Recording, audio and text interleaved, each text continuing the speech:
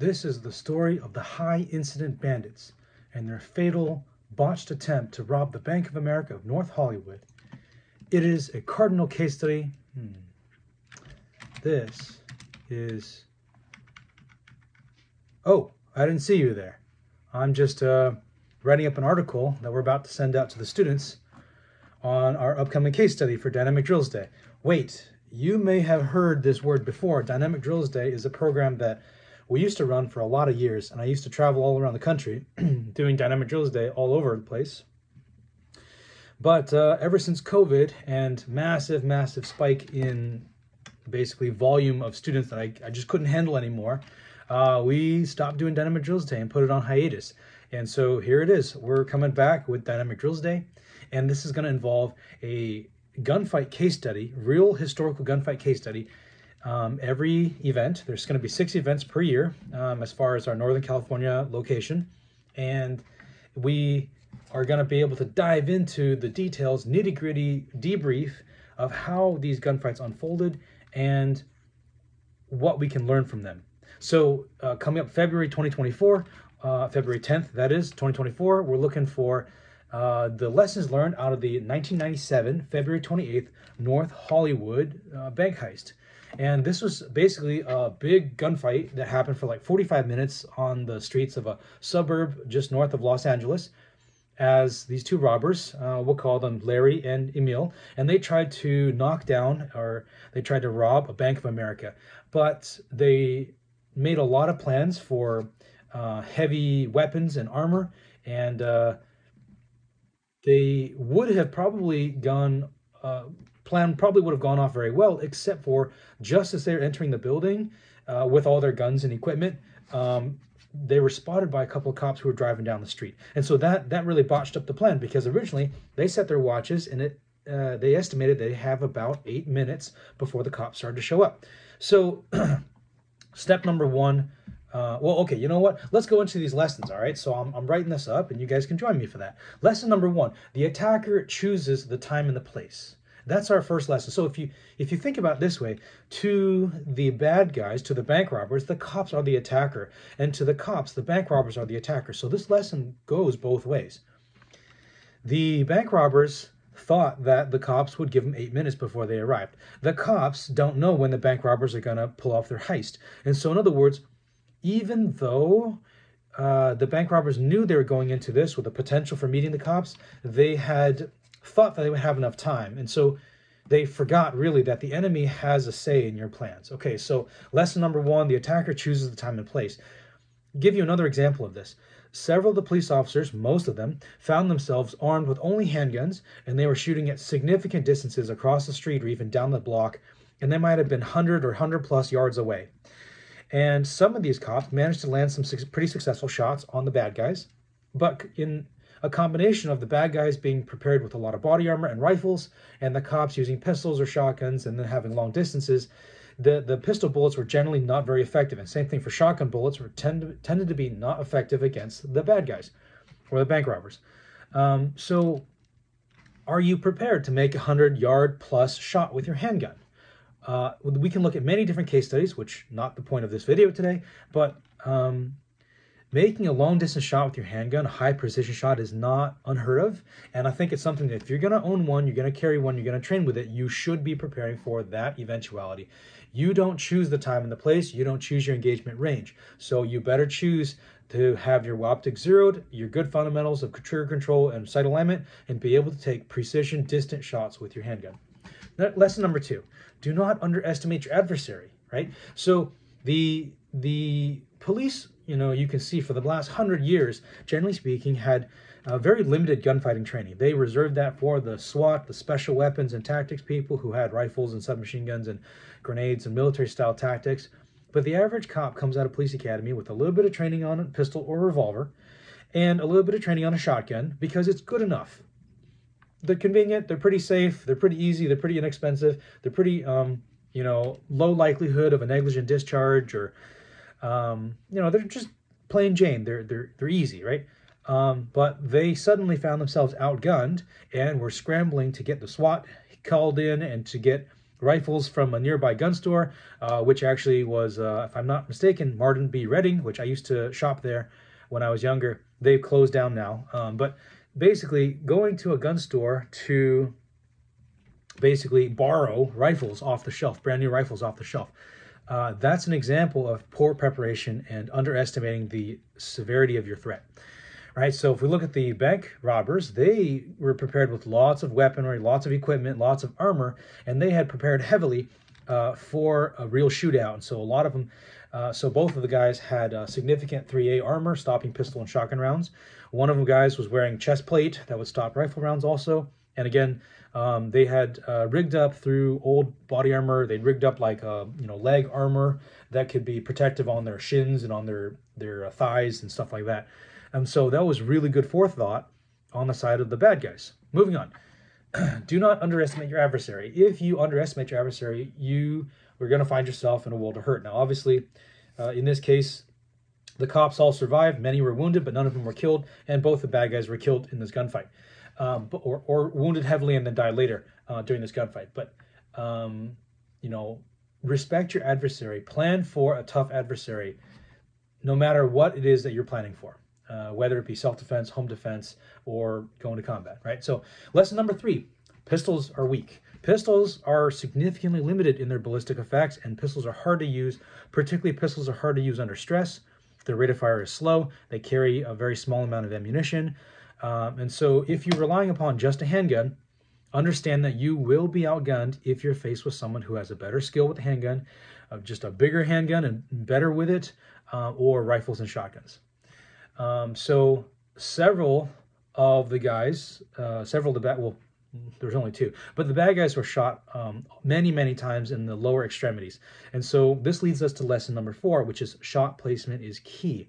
If we look at some of the reports in the case study, one of the guys was shot 29 times in the lower extremities, 29 times in the legs, feet, thighs, etc. And he kept on fighting. And it was eventually just tons and tons and tons of bullet holes in his legs, basically, that stopped him from fighting. He gave up and he shot himself in the chin. Well, one of the guys gave up, and one of the guys surrendered, but then died of his wounds. So both the guys were really taken down by extremity shots. And so we have to understand that just because in your mind you think that you could double tap somebody and it's going to be effective doesn't necessarily reflect reality. Bad guys go down when they want to go down, and shots to the extremities, the shoulders, the lower body, the arms and legs, they tend to not be very effective, especially when we're discussing only relatively poor performing pistol rounds. Shot placement is key. So you have to be able to achieve shots in the high center chest, the head or the face, or going through the back of the brainstem. And these are the areas, maybe the pelvis, these are the areas that we want to train for, so that way when you plant those shots, your bad guy gets anchored to the ground. All right, lesson number 4, have a plan. Our bank robbers had a plan. Now, they did, but very quickly the plan went wrong. They got to the bank, realized the bank didn't have the kind of money they wanted, realized they couldn't get into the ATM to get the cash out of the ATM, realized the cops were onto them way ahead of schedule, so the plan was already unraveling from the get-go. Next, the cops may have had a basic plan to just set up a perimeter and cordon them into the bank, but the problem is, looking at this situation, what that does is that traps a bunch of hostages into the line of fire. There's civilians everywhere. There's bystanders everywhere. And so do you have a plan for how to isolate these bad guys so you don't have a gunfight on the street injuring civilians and bystanders? Same thing. If we apply that into our home defense, do you have a plan so that family members, children, pets, neighbors don't get involved in the gunfight or don't get caught in the crossfire? If this is in a business, right? You have employees, you have customers, you have the public. How can you prevent them from becoming caught in the crossfire and being hit by perhaps good, well-meaning defensive gunfire, right? So the bullets don't care.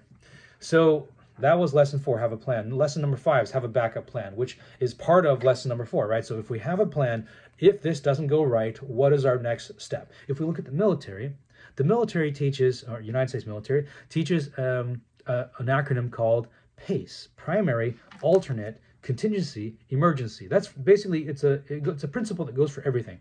Primary plan, plan A, right? Our alternate plan, plan B. Our contingency plan, what happens if that's not working? What's our backup, right? And then our emergency plan, things are going really bad. Then what do we do? So lesson number 6, have a backup plan. So are you trained in first aid? Are you strong enough to pick somebody up and carry them? Do you have the tools and the knowledge how to do medical first aid for someone suffering from traumatic gunshot wounds or stabbings or car crash or amputations? Have a backup plan to your backup plan, which means not everything's going to go to... Assume that things are not going to go to plan, and so what are you going to do when things don't go to plan? Are you going to sit there and twiddle your thumbs and hope someone comes to save you? Or are you going to do something about it, proactive, right? Lesson number 7. Suppressive fire is only temporary. You can see these guys, they had converted their AR-15s and AK-47s, Chinese-made Type 56 assault rifles. They had converted them into full automatic. I recall around that time there were several assault weapon bans, and there was something, National Firearms Act in 1934. Okay, so it should have been illegal for them to have full automatic assault rifles, but of course, bad guys don't follow gun laws. So if you've been living under a rock this whole time, well, let me show you the reality, which is bad guys don't care about the laws, and they're willing to break the laws, and so gun laws only disarm the innocent. So now we have bad guys with some serious firepower, but they mostly used it for shooting up cars and walls and spraying bullets all around.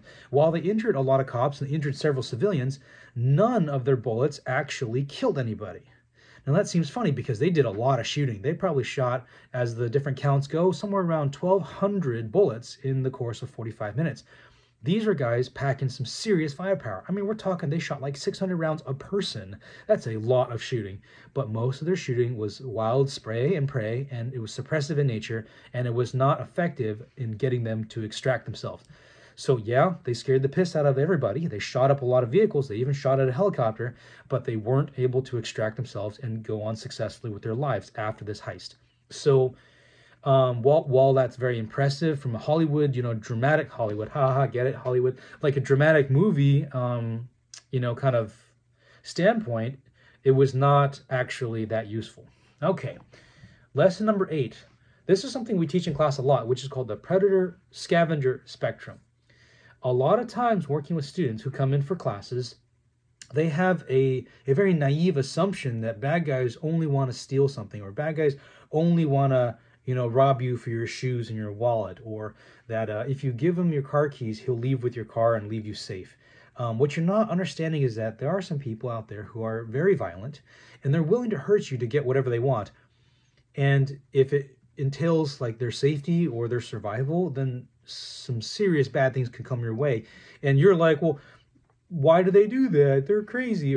But the thing is, like, you're not understanding, which is that there are criminals, there are violent people out there, and they get off on the violence. The violence is, or, if we're going to quote a different bank heist movie, the action is the juice. Okay, so understand that while there are many people, bad guys, who are just looking to steal something or just looking to rob something, some lunch money from you, there is a significant spectrum of people who move towards the predator side of things, and you're going to see them traveling in packs, heavily armed, willing to do jail time, serious prison sentences, and willing to do serious violence, including killing you and everybody who's a witness. So don't underestimate your opponent, right? Plan for serious predators in your self-defense plan. Then if you happen to come across a scavenger, you can scare him off easily, all right?